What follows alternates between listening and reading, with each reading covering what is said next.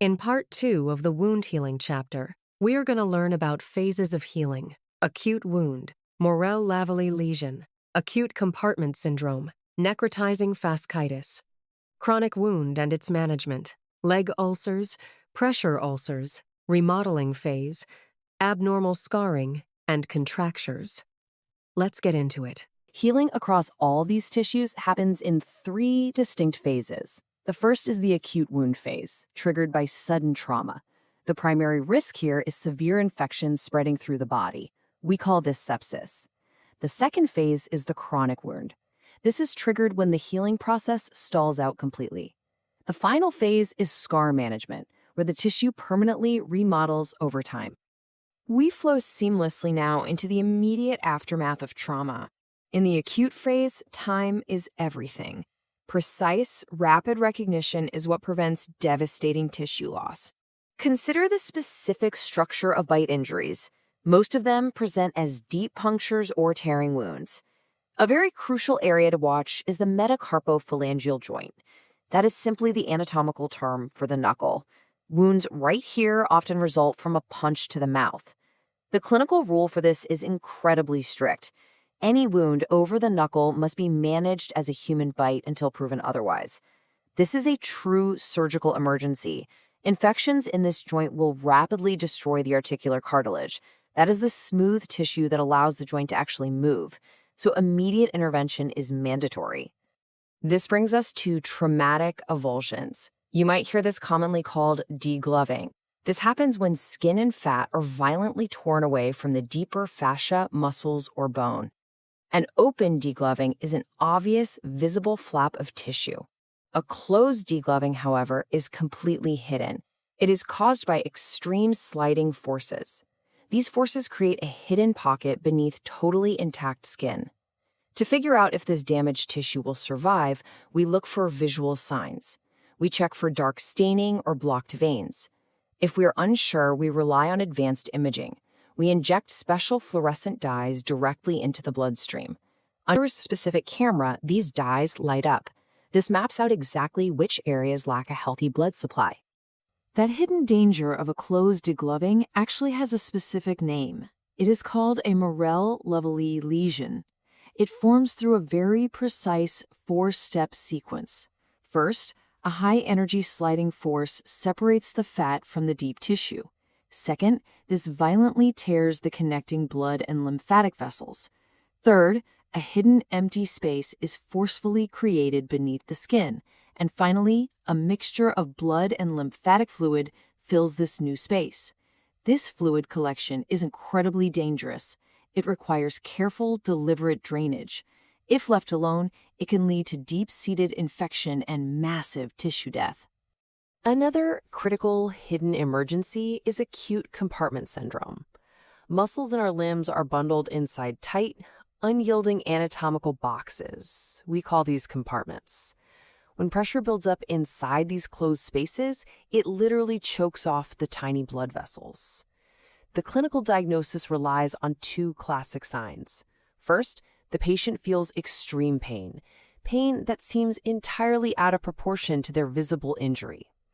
Second, they feel severe, agonizing pain when the limb is just gently moved by the doctor. We confirm this diagnosis by measuring the pressure. We check the difference between the patient's resting blood pressure and the pressure inside the muscle compartment. If that difference drops to 30 millimeters of mercury or lower, the blood supply is failing. The surgeon must immediately slice open the tissue to relieve the pressure. This procedure is called a fasciotomy. Next is an infectious emergency known as necrotizing fasciitis. This is a rapidly progressing, highly life-threatening infection of the soft tissue. You must recognize its classic triad of symptoms very early on. First, the patient experiences unusual, agonizing pain that simply does not match the small size of the visible wound.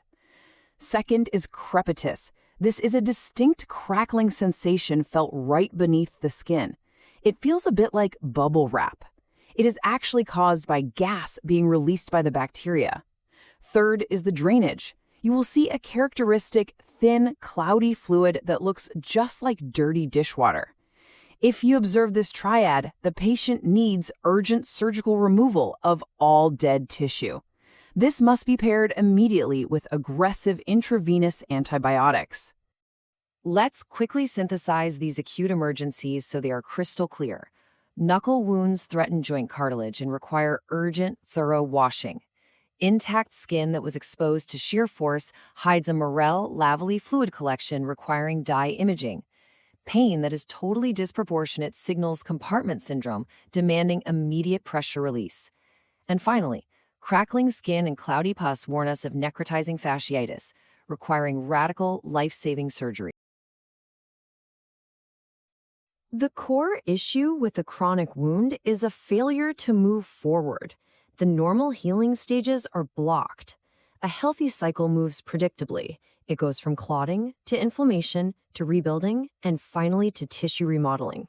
A chronic wound becomes biologically trapped. It gets stuck in the inflammatory phase. Specialized clearing cells called neutrophils and macrophages fail to finish cleaning the wound bed. Because of this, the surrounding cells prematurely age. They just stop working.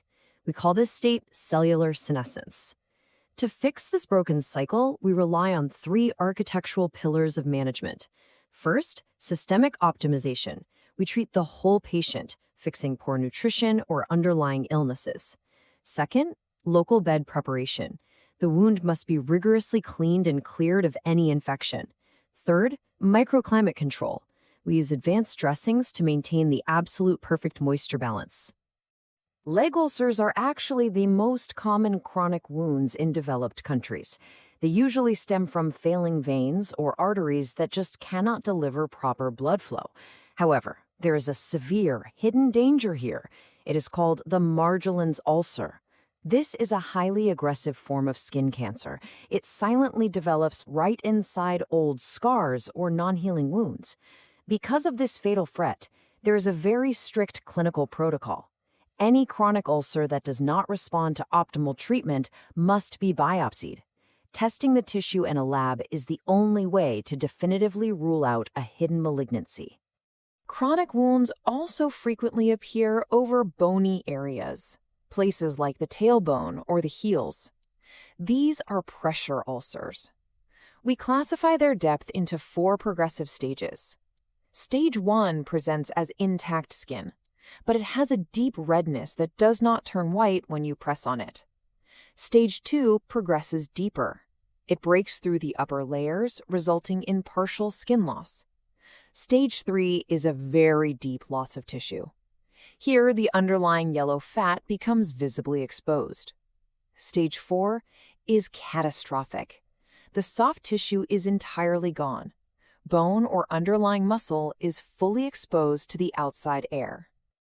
To prevent these devastating ulcers, we follow a strict 3-step escalation pathway. Step 1 is assessing baseline risk. We use validated checklists, like the Breeden scale. This measures a patient's mobility, skin moisture, and sensory perception. Step 2 is mandatory mechanical offloading. Caregivers must physically reposition the patient every 2 to 4 hours. This relieves the pressure.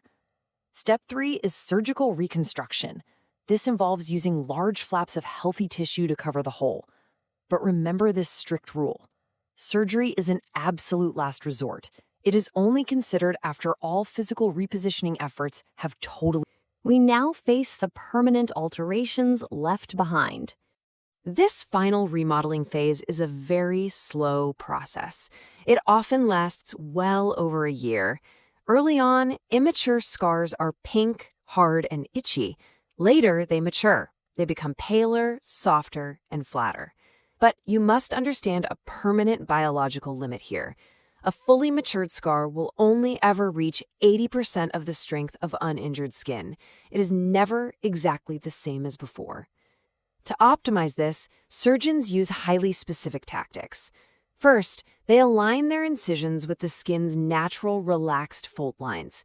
Second, they close wounds in multiple layers.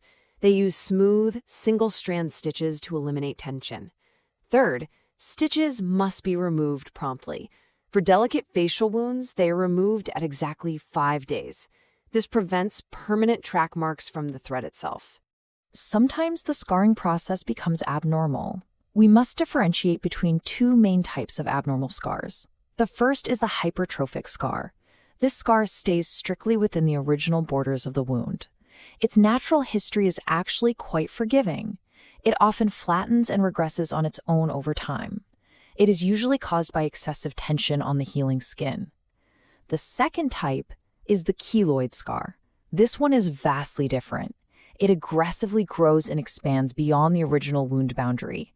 It is relentless. It will not shrink spontaneously. It is heavily tied to genetic predisposition, particularly in those with darker skin pigmentation. We treat these abnormal scars using a step-by-step pyramid. We start at the very base with simple prevention.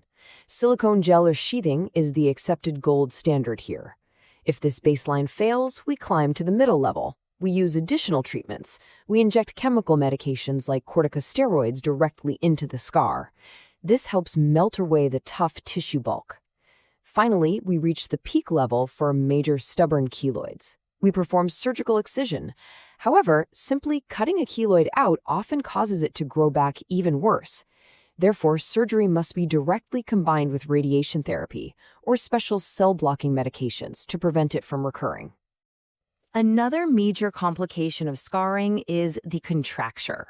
The pathology here is simple, but completely devastating for the patient. Scars naturally shrink as they mature. When they form across moving joints, this shrinkage creates very tight bands. These are contractures. They severely restrict a joint's functional range of motion. To fix this, we use a brilliant surgical mechanic called Z-plasty. The surgeon makes a Z-shaped incision directly over the tight band. The resulting triangular flops of skin are then carefully swapped. This geometrically redistributes the tension. Let us slowly review the clinical blueprint we have built together today. In the acute phase, we actively intervene. We treat knuckle wounds as bites. We use dye imaging for hidden degloving. We quickly release compartment pressures, and we aggressively cut away necrotizing infections.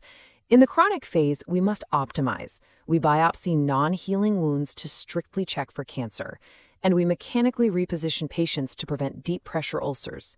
Finally, in the scar phase, we manage the long-term remodeling.